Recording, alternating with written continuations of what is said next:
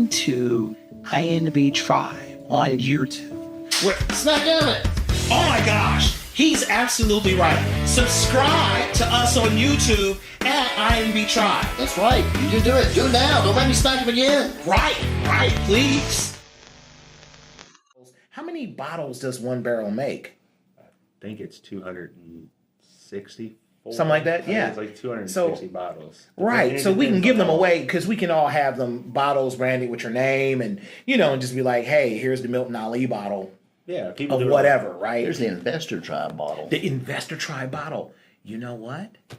The Investor Tribe should cop a Get sponsorship or buying one of those funds. Buying one of the funds. So Gooden at the Boundary Distillery in Elizabethtown. I bet I can make that happen. Sweet. We're going to have to do Special that. batch of- Now We you do a are tasting or you are an investor in bourbon. Would you consider yourself an investor in bourbon? No, I'm kind of.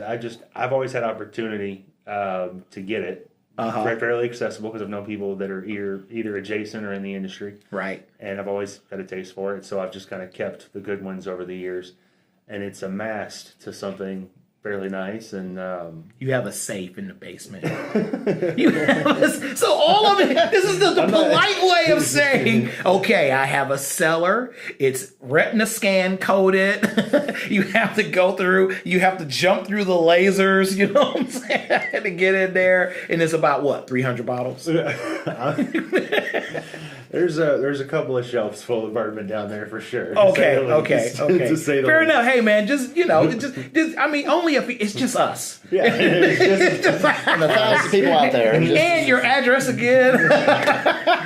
not worth that much. I know, right? So you do look at it as an investment. Of course. I mean, everything's an investment. I mean, anything you spend money on is an investment of some type. The question is what's your return on investment going to be? Well, the watches right now, the watch game is a little has descended into chaos. Oh, right for now. sure. But dollar cost average your way into any industry, and over time, you're going to find it's pretty good. I got a friend that just does purses, right? And it sounded like kind of crazy to me at first, but they only buy $10,000, $15,000 high-end purses, and they hold them because they appreciate over time and because they just get rare.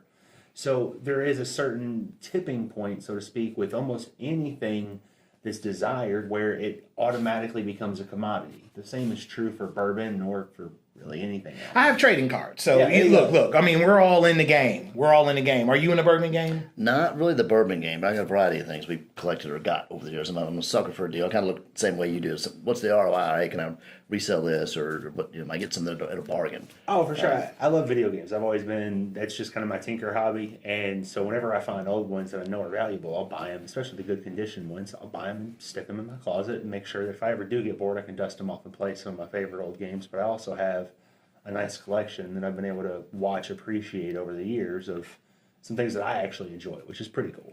We're talking Nintendo, Atari, Sega, all the above. All of the above. So, I mean, anything. I've just never been a computer gamer. Any console gaming has been something that I've been on my whole life. Cool.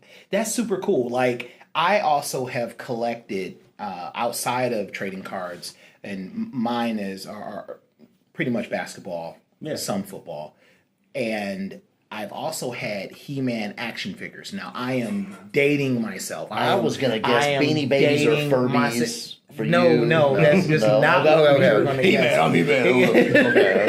Okay, He-Man, tell us all about it. He-Man. What? Look. Okay, you mean to tell me you didn't have Transformers back in the day? Oh, I did. So I had He-Man action figures. I lost all my Transformers. So, and oh my gosh, I had the set from Star Wars of Dagobah. I had a set, and I was a kid. So I'm really dating myself. I was a kid. That thing would probably be worth a couple of $1,000s today. It's amazing what some of that stuff is worth. Oh my gosh, it's just absolutely amazing. I got rid of my He-Man action figures, and literally it was maybe like a couple $100. And because they wasn't in the best condition, they were out of the packaging, and they were cleaned, but I didn't want to overdo it, get them to, really mess them up. But it was super cool. I have a whole set. We're going to have to shoot a whole different pod just on alternative investments, and we can all bring our toys to work day. You know what I'm saying? We could Now, if you pull out a big sword and say, by the castle of Grayskull, I'm going to know you're a real... Yes, we have to I do think that. it's a little unfair that my toys get drank. Oh, You can only play with them once. he only played it once. You can only play with my bottles once. Exactly. And so how about we do this? How about we start off? And I'm Milton Ali, And I'm Hampton Skurlock. and we want to envelop. Invite. Yeah, I know. So we're gonna have to redo that. Hi, I'm Milton Ali, And I'm Hampton Skurlock. and we want to welcome you to the Investor Tribe podcast.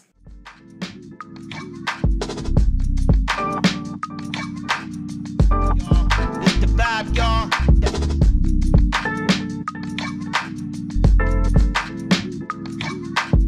Tribe, y'all. Invest the tribe, y'all. Invest the tribe, y'all. Invest the tribe, y'all.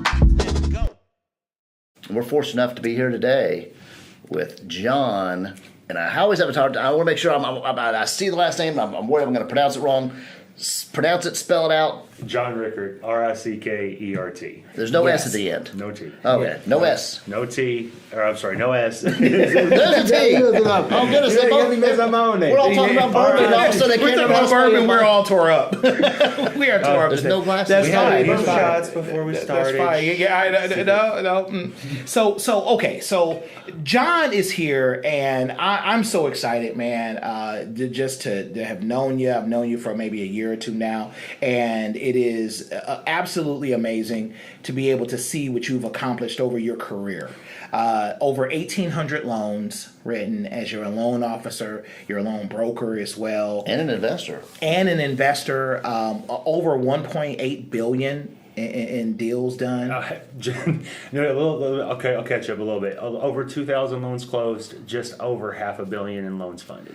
Oh, I had you at 1.8 You're billion. good. You're good. I had you. I wish Okay, it was so over. 1.8. Would you- I wish it was 1.8. Okay, so over $500 million in loans funded, which is still impressive. Yes. Which is absolutely impressive. And you're also a real estate investor. That's correct. And so you work with real estate investors. You also work with primary home buyers, and just with us being on, you'll go on appointments with me. You'll just overall and just kind of for everyone, full disclosure, John works with me in a capacity as a lender, and as I'm a real estate agent, we go out and we help people, and he's one of the options that I present to my clients. Okay, now let's kind of talk about, for an Investor Tribe podcast, there's a unique way that you even got into the business, and it was before you got into the business. It was so. Can you walk us through that? Yeah, I mean, it was what they call now is house hacking.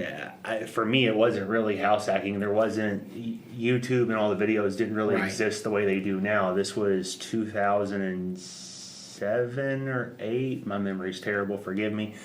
But me and my buddy were in an apartment, and we had basically 3 bedrooms. We chopped it up, and we had a third buddy that we were all splitting rent, trying to make it work. And we're just like, this doesn't make a whole lot of sense. We're paying off something for somebody else. So we went and me and one of the buddies bought a bi-level house here locally in J-Town. And we're like, this bi-level's chop it up. If you put somebody in the basement, somebody on the first subfloor, you put 3 upstairs, there's 5 bedrooms. Let's call a couple of our buddies and make it a frat house and rent it out. We don't want to pay to live here. We're broke college kids. And we were working at the time at what was Insight/Charter Communications. We went and worked the graveyard shift because the loan officer explained to us, they're like, hey, look, if you want to go get this, you got to have a stable job. Well, I was actually selling cars during the day. So I went and worked at Charter during the night so I could qualify for the loan along with my buddy. He did the same thing. Once we got that first home loan, we move in. We move 2 of our girlfriends in, and we move a couple of our buddies in. We house hack it. We use that money to basically pay down the debt quite a bit. 2 to 3 years in, I think it was 2010, he got noticed that he was going to deploy for Iraq. So someone may be able to date me there a little better, but I think it was 2010. Wow. He got noticed he was going to deploy. I didn't really have the money, and there was a lot of noise of people kind of like, you all are already in over your heads. You're having to rent this house. You guys are 19, 20-year-old kids. You guys are basically having a party every night at your house to, pay the bills. How you going to make it? This is crazy. But everybody I'd ever seen was, most millionaires are made in real estate. So I kind of stuck on that, right? I hung on to this weird idea, and I was like, listen, I'll buy you out.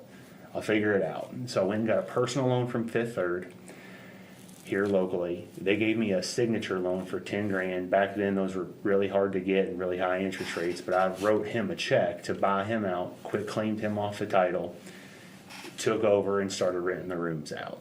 And how many bedrooms were in this home? 5. Oh my gosh! It was so it's. I don't know if anybody's seen those old style '80s bi-levels where there's 3 upstairs. There's a single bathroom up here. Right. So we had 3 rooms, and what we most of the time did was the top 2, mine and the best tenant that I liked. Right. I love that. To work your way up. I love that you had to work your way up to be close to you. So you had the room, you had the main room, you had the I had the bathroom. bathroom attached to my room and to the hallway. So if that bathroom got dirty, I lost it on people. So everybody knew they could count on that bathroom being clean. And the downstairs bathroom was a free for all. If they didn't clean it, didn't get cleaned. I wasn't using it. I didn't care. I had my bathroom. Right. I ran it like a frat house. For better or for worse, objectively. I mean, we tore that place apart. We had parties in the backyard. I got body slammed in the backyard by one of my tenants.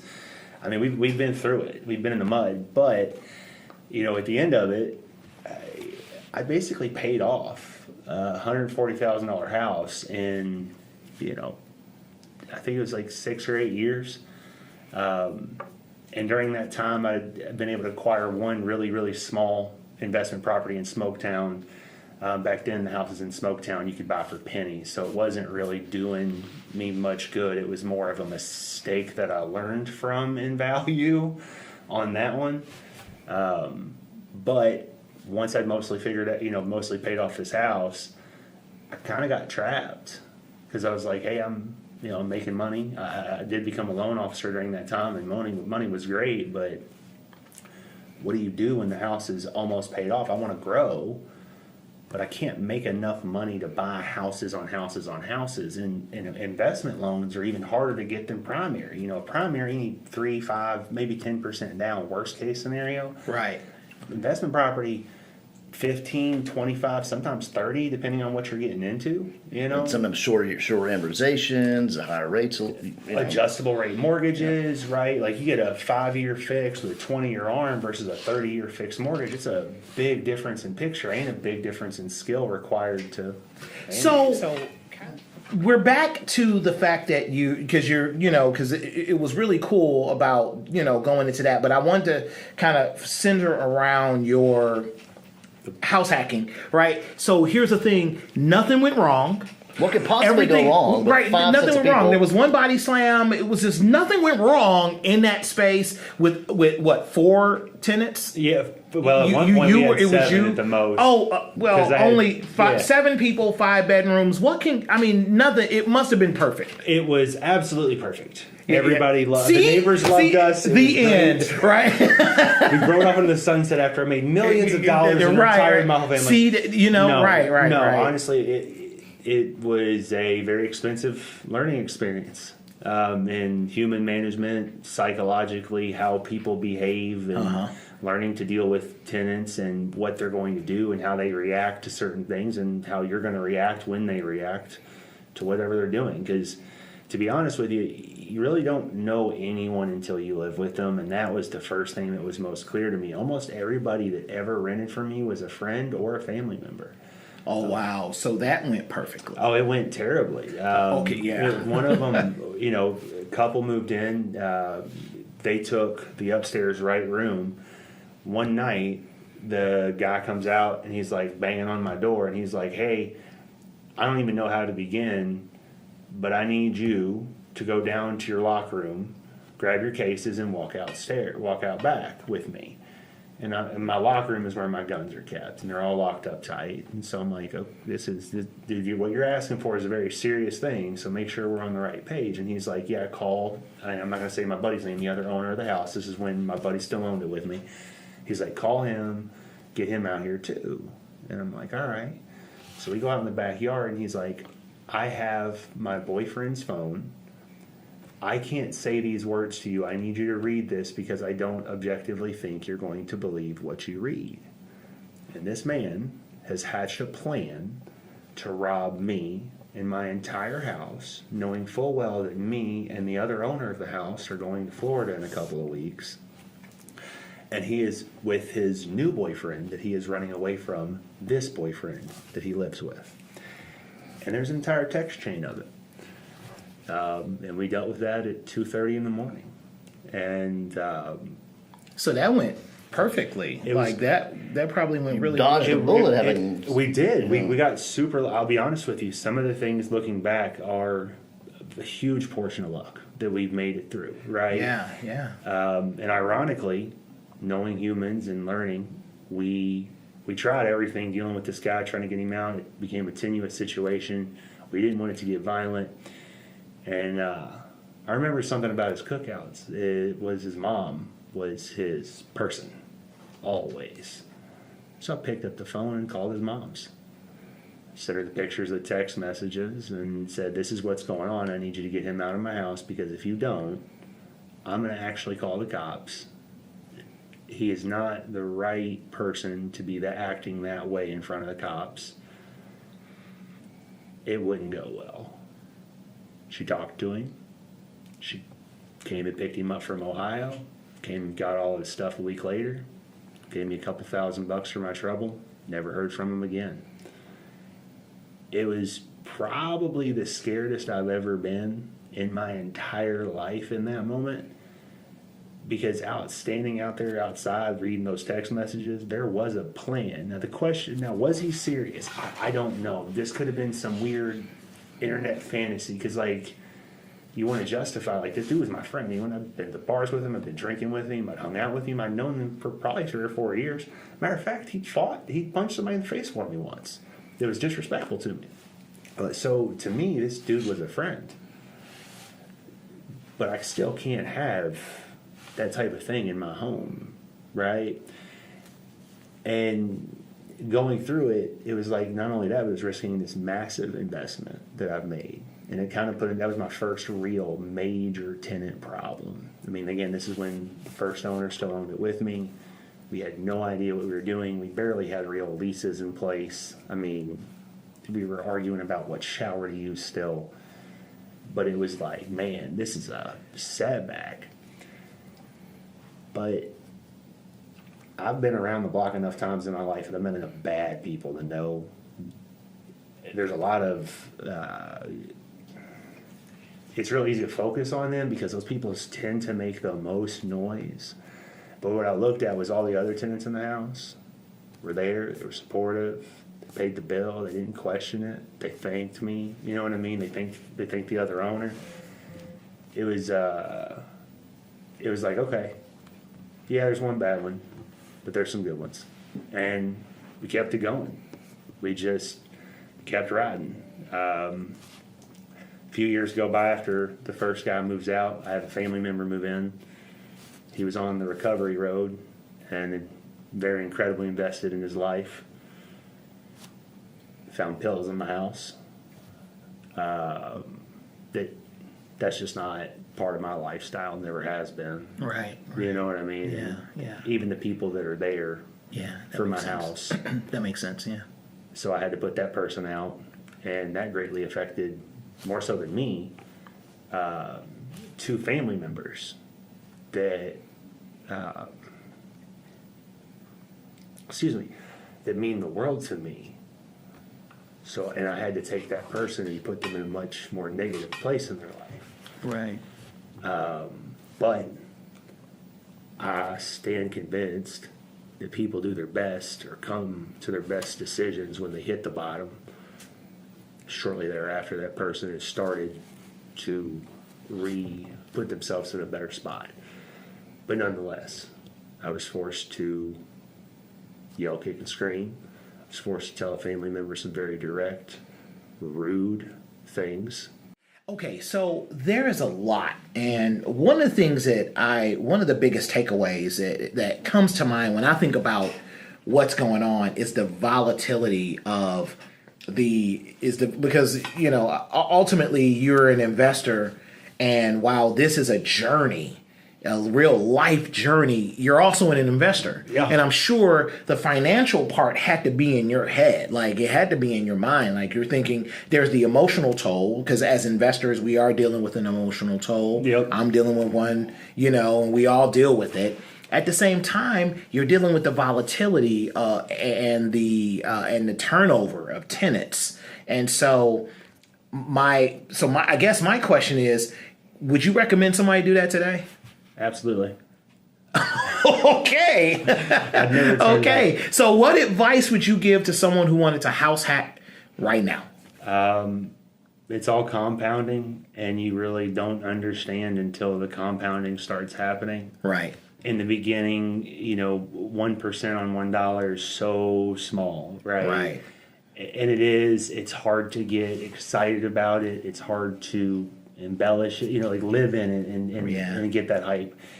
But you have to understand that this is a compounding game. It's not just doing it right once, it's doing it right 10 times in a row and getting them going and having multiple properties. Because first, real estate's split into 4 quadrants, period, for making profit. You've either got cash flow, you've got appreciation, you've got debt pay down, and you've got potential tax benefits, right? Those 4 items, 3 of them, you don't actively see unless you're like looking at, right? What I mean by that is it's easy enough to never notice them if you're not paying attention, because they just happen automatically. The cash flow factor, you have to see, because you got to pay the bill. So there's some amount of activity digging into that, but the other 3 you don't really notice. And those are the 3 that are most important because they compound the hardest, right? That 1% on $1 I talked about, it's nothing.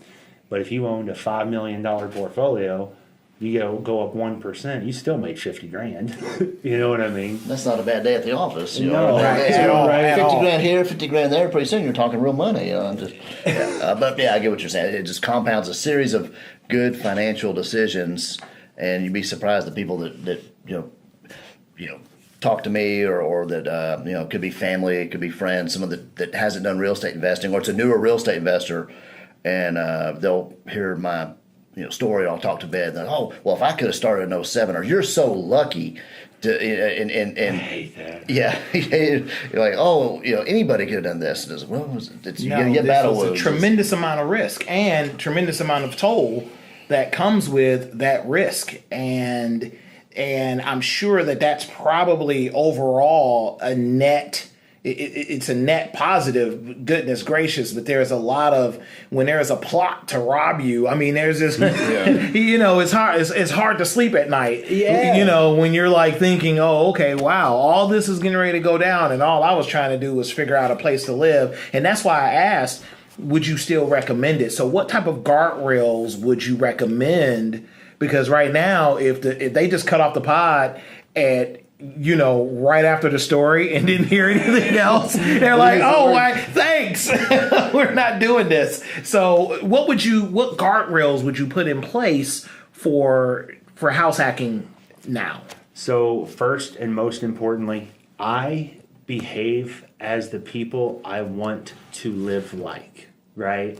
And in my opinion, banks, they're the guys with the big wallets. They're the guys with unlimited money. And that's what I want to live. I don't want to necessarily be like the banks, but I want to have the pockets like them. So as a lender, my first thought was find out what makes a bank tick and how can I get them to lend me money comfortably. Because if they're consistently comfortable, there's probably some equitable, mathematical, empirical reason as to why they'll buy this loan, but not this loan, right? So I started kind of taking those type of things into account, and some of their big things are obviously credit score, right? Equity is one. Every 5% in equity, every 5% in equity somebody has, they're like 15 to 20% more likely to never default on a home, right? It's crazy how much equity improves a lender's position. So I started putting more equity into properties, and I started finding ways to create that equity so I didn't have to come out of pocket in order to do it, right? So I started to behave basically as the Romans when I was in Rome, and I was rewarded because they said, sure, we'll give you the money. And when you have access to good cheap money at a regular basis, it's not hard to turn around and make more with just a little bit of sweat. For guardrails, I started using the bank's general guidelines as guidelines for my own life of how to run my finances. I switched from, ironically, not having any leases and not doing background checks and being all my buddies and friends to basically... you discovered what due diligence was. Right, I discovered due diligence, which is something that every male discovers sometime around 23 to 24. Right. Because if you knew he was a psycho, then perhaps... Or she. Or whoever you had living with you, right? Right. So we started doing due diligences. I'm incredibly particular on how much money my tenants make in comparison to the rent. The 3 times rule, which is basically 3 times their income, I make it 3 times their qualified income, the same way a lender would qualify it. Most tenants most landlords in my experience will qualify 3 times their income as whatever their total income qualification is. Lenders are more restrictive on what they'll give you for an income qualification because they want to be more accurate for the long term. And again, this goes back to my first rule of applying these lenders' rules to what I'm doing. If I take that logic and apply it to these tenants, I'll just calculate their income the same way the lenders do for home loans. Probably won't go wrong. And as soon as I started behaving like the lenders, my portfolio went from going like this to like this. So let's help our investors out. Sure. With how would you do that exactly? So one of the big things they always want to see is 6 months reserves of your payments for your properties in the bank somewhere, right? This gives the indication that you don't need the money, and reserves are money that are left over after the close of the transaction, as of settlement statement. As of the lease in this case. So let's say you buy a house for $100,000 and you put $20,000 down. If you had $30,000 in the bank, you would then be left with $10,000 in reserves.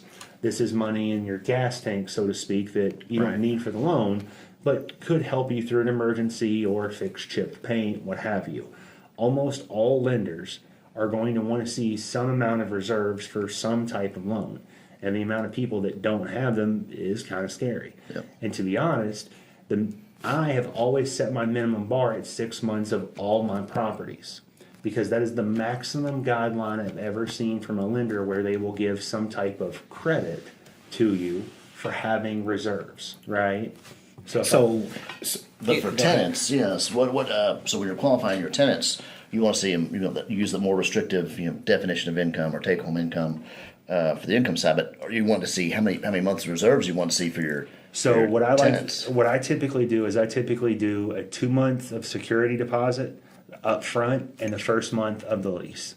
And so what will happen is I expect my final payment for the 12th month, where most landlords kind of accept that it's either going to go or they're going to renew, right?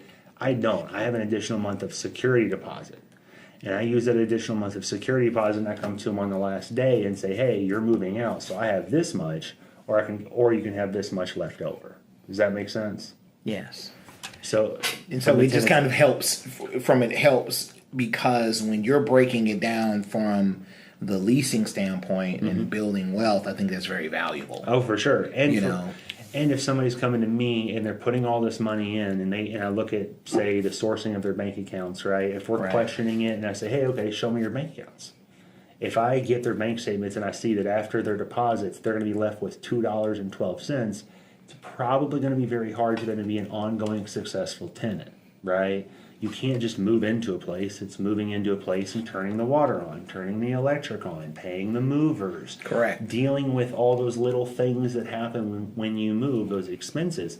So if they're going to run themselves down to zero, it's probably going to be a run to zero every month with their rent too, and that's not my favorite tenant, right? You're in danger of them running out of money or hitting zero before you get paid. Exactly. Yeah. Right. And then it becomes a 7th of the month chase. Every 7th of the month, I'm sending out the text messages. Hey, where are you at? And it becomes less passive. What I'm really looking for is people who probably could buy a home, but are choosing not to because I've made it easy enough, or because their term isn't long enough to make it viable for them to buy a home. Yeah, and that does make sense. And so, hey, Drew, Yes, sir. what we're going to do is I need you to cut a check, and we're going to pay some bills and be right back. Cool. All right. I'm John Rickert. I'm a home loan lender. I've been licensed for 17 years. I've closed a little over 2,000 loans in my life, and I'd love to help you be the next one. You can reach me at homeloanswithjohn.com. My direct number is 502-417-2192, and my NMLS ID is 154863. I hope to get you funded soon. We're back. So we're here with John Rickert, and it is absolutely a phenomenal conversation that we're having about the investment, his story, the journey that he's on. So what I wanted to know is what resources inform you, and what resources are there? Books? Do you have mentors in your life? Like how did that come together? Because it's very few of us are self-made per se. So we've all had a book of some sort, and we may have had a resource, maybe a mentor or something. Can you speak to that? Yeah. So Think and Grow Rich, the book itself, Awesome. has. I listen to it when I run. I run because I think it gives me a lot of mental clarity. I think it kind of runs along the same lines of meditation. And that book was pretty loud to me. The story of the V8 sticks out in my head as to kind of how to always think. So that was one of my favorite resources. There's other podcasts. There's a podcast called Bigger Pockets that I listen to on a fairly regular basis. They don't do exactly what I do, but what I've mostly found was that learning from other people, you just take away the best parts, right? Yeah, that makes sense. And me being a loan officer, I got what I consider my most valuable position is I got to see literally hundreds upon thousands of people get submitted to underwriters and get rejected and be told no. And why exactly they were told no. And so seeing that, and that taught me a lot. And those underwriters are coming for something called an MRI book. It's the minimum required investment for Fannie and Freddie.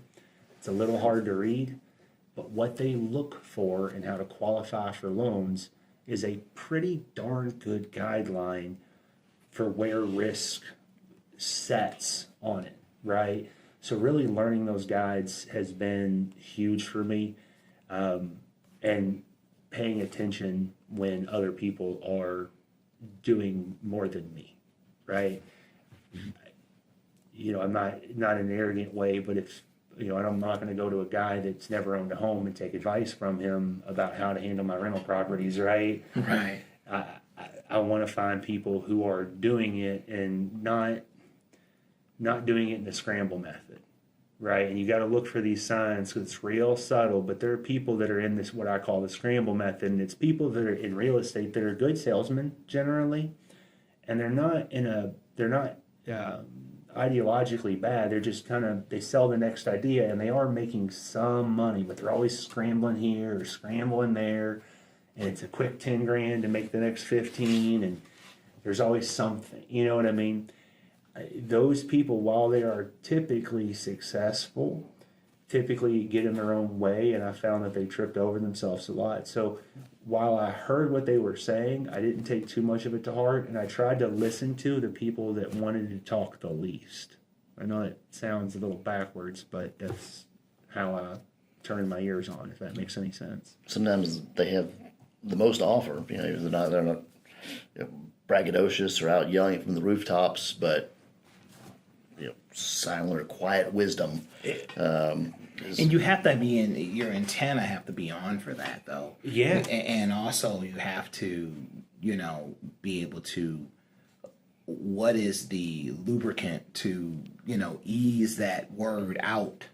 Like, what is that? Like, what drives, what's the motivation for that individual to be able to, because sometimes I can ask you the question. Right. And then you're thinking, well, I don't have to answer that question until you feel like answering the question. Right. And, or you may not, it says so often that when the student is ready, the teacher appears. Right. And so often we're not ready as students.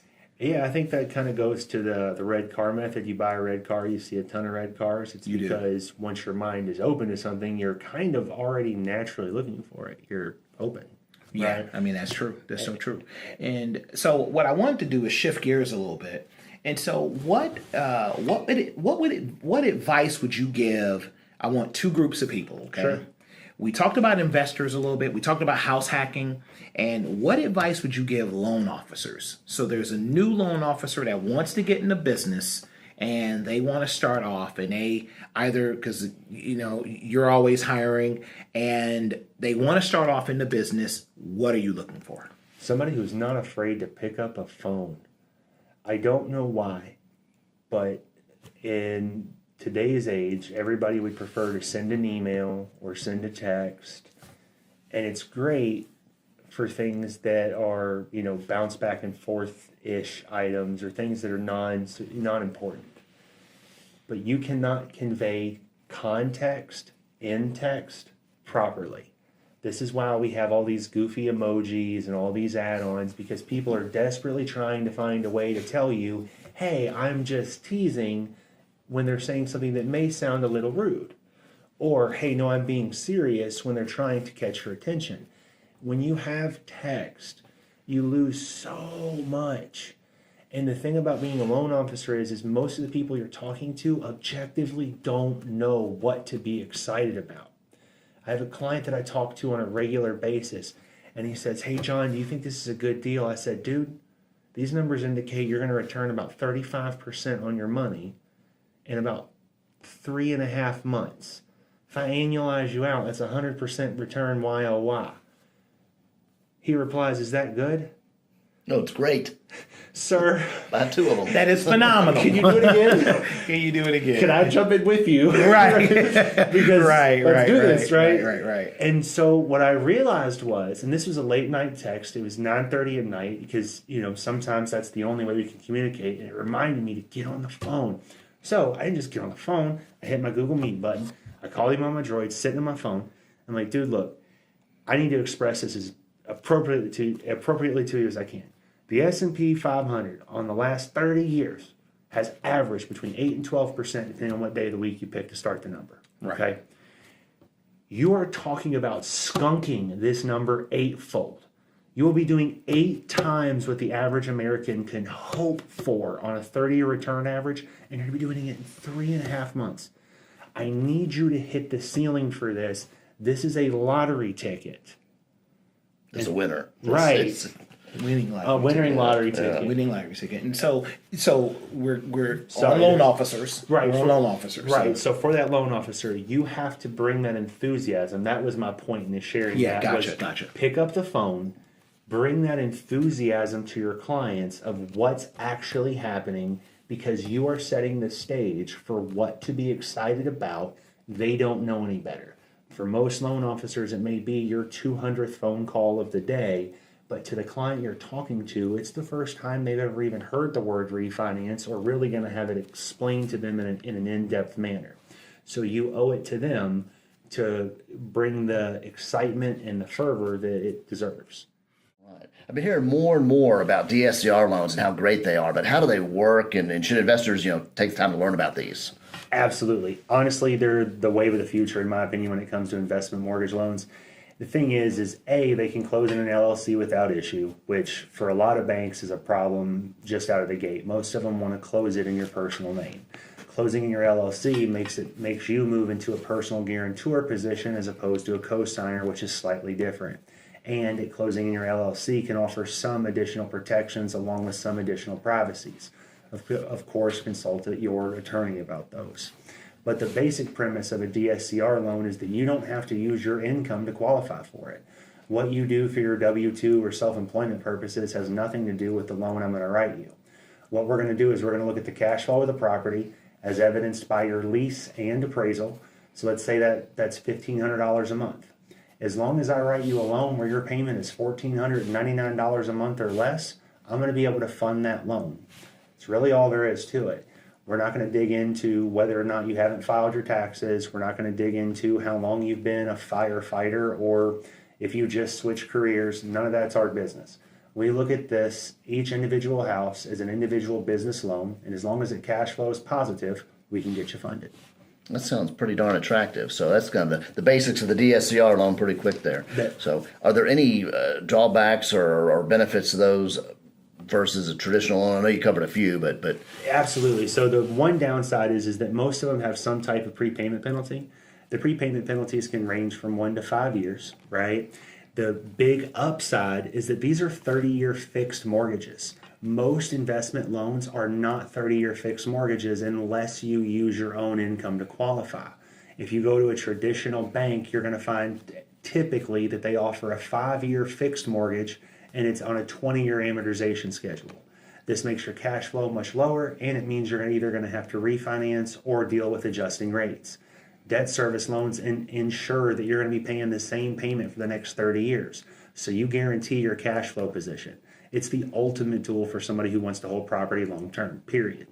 nice. And maybe we should have let off with this, but what exactly does DSCR stand for?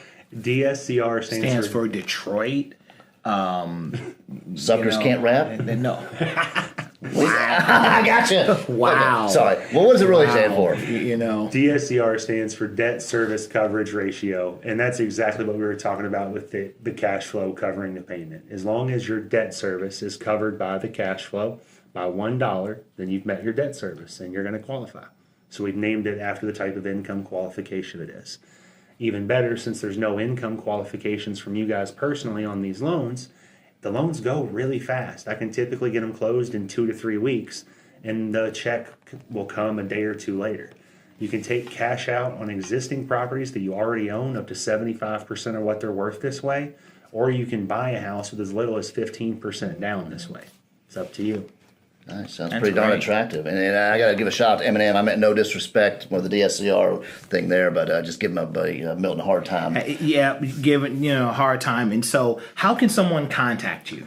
They can reach me at 502-417-2192, or they can go to homeloansjohn.com. Yeah, I love it. I love it. So, what we want to do is thank you.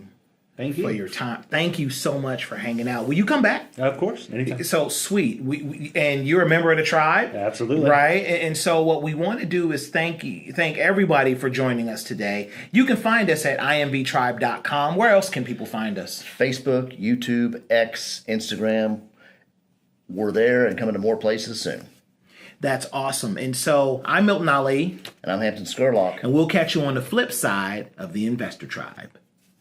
The Investor Tribe podcast is a production of the Investor Tribe.